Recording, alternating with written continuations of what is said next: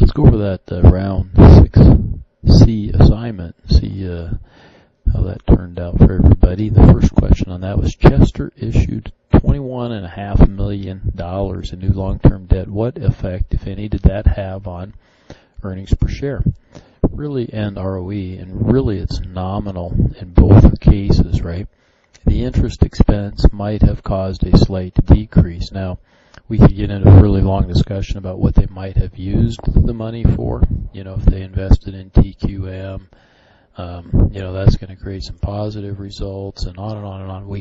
You could really try to ferret out what the overall effect is, but the actual fact of just issuing the long-term debt does very little. Okay, you're going to increase your interest expense, and a decent amount. Don't get me wrong. You know, at 10%, which I think our game kind of uses in that ballpark. You know, they're going to have an increase of $2 million. That's before tax. After tax, that's going to be about $1.5 million. Okay, which $1.5 million on income. You know, you calculate what that effect is on earnings per share and the effect on ROE. You know, it doesn't change, by the way, it doesn't change the equity, right? Because you're issuing debt, but when you do that, you have to add an asset, right? You're getting cash, you're getting something, so the equity doesn't change, nor do the number of shares outstanding. Okay. 2, forecast demand for ACE next year. Assume all competitors maintain their policies towards R&D, pricing, and marketing budgets, so that all products will maintain their relative competitive positions as of year end. Be sure to consider ACE's potential. So you expect ACE's product demand to be. First, we have to figure out, there's a couple different ways you could have actually calculated this, and any one of them would be right. Okay, but I did it this way. I calculated the ACE's product demand would have been for round 6, and we can go take a look. It's got to scroll all the way down to the place down here, and we go to ACE, 26.4% in the high end.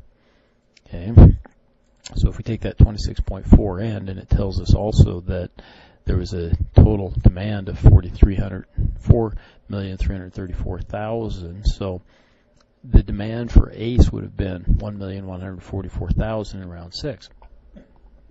If you take that times the growth rate, okay, of 8.1%, which is given to us in the customer buying criteria, okay, then the demand for round 7 should be 1,237,000. Again, I'd say that there's other ways this could have been calculated.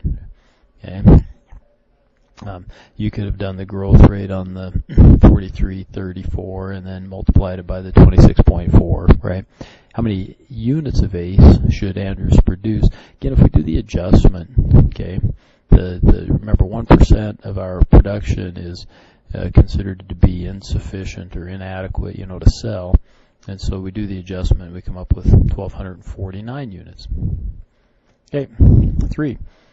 We do a break-even point. Chester will have a new design for its product SID next round that can reduce its material costs from $14.75 to $12.69. Assume labor cost per unit remains the same as last round, so $11.51. Also assume that the period cost or fixed cost for SID will be the same as last round, and I just made up a number. Assume no inventory carry cost at a price of $36. How many units of SID will need to be sold for Chester to break even for the product? Well, we know its price is 36, right? Subtract our new material cost of $12.69. Also subtract our labor cost of $11.51. We get a gross profit per item of $11.80. If we have $20 million in fixed cost, we divide that by our gross profit per item, and this is how many items we need to make, is 1,757,000. Okay. Normally we'd knock this off and just say the 1,757 would be the correct answer. Number 4, Chester's equity decreased from $120 million roughly to $120.5 million to about $120 million. It's not that much, right? What elements contributed to that decrease or perhaps detracted from it? Please provide amounts. This is basically a reconciliation of the equity account test by seeing if the numbers you provide when summed equal the change in equity. So 3 things. Net income, okay, increases retained earnings. That's a part of our equity account. Dividends paid. Dividends come out of equity. They don't come out of income. They come out of equity. Stock buyback comes out of equity. Okay, so net income was an addition to, and dividends paid and stock buyback were detractions from our equity account, and overall we had a total of minus 678, and if we subtract the 119,847 from that, we come up with also the $678,000.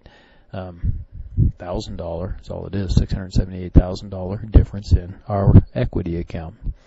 There you have it, your review for assignment 6C.